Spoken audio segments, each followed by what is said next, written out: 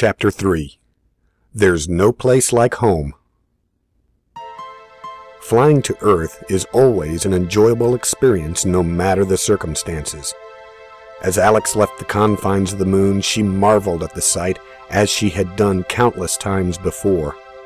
Here in the intra-system traffic way, the mother planet looks her best. Earth appeared as a shining crescent, its dark sides sparkling with myriad lights from the great megacities. No other human-inhabited planet looks the same, not because of Earth's wonderful natural colors. Many of the colonized planets possess their own breathtaking hues. But it is here that humanity learned about space. The Earth is shrouded in a wispy, ethereal mist of satellites and spacecraft, as many derelicts as in use, the flotsam and jetsam of centuries of trials to develop global communication systems, weather monitoring systems, global positioning systems, and space station technologies. Earth's colony planets developed out of the lessons Mother Earth had taught them. Colonizers did not need to try, they knew what to do. The heavens above colony planets are clean, well-defined and ordered, so the views of these planets are largely unobstructed at any distance.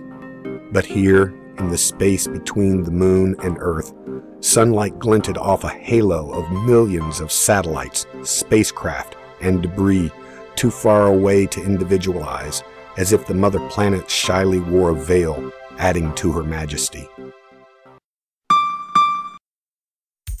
Suddenly, her transponder showed red. Her rival had reached the tower. Transports started to move. Officers were running.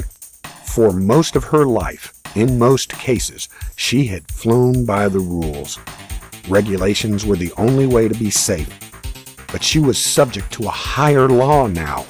She wove her warpette through the waiting line of vessels, barging her way onto the launch path.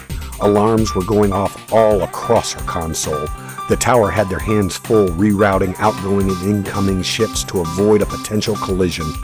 Undoubtedly, the folk in the tower were wrestling with the obvious conflict.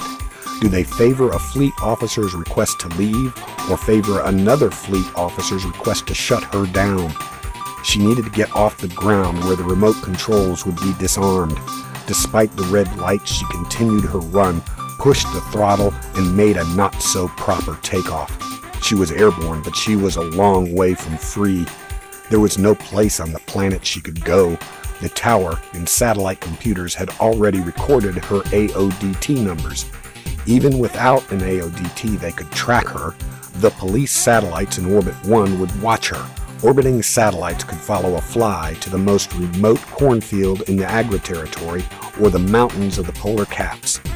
The Warpette's Navicomputer was being denied access to the GPS signals required for computer guidance, a standard tactic to force a person to land. There was no choice. She had to make a mad, dangerous dash to orbit manually.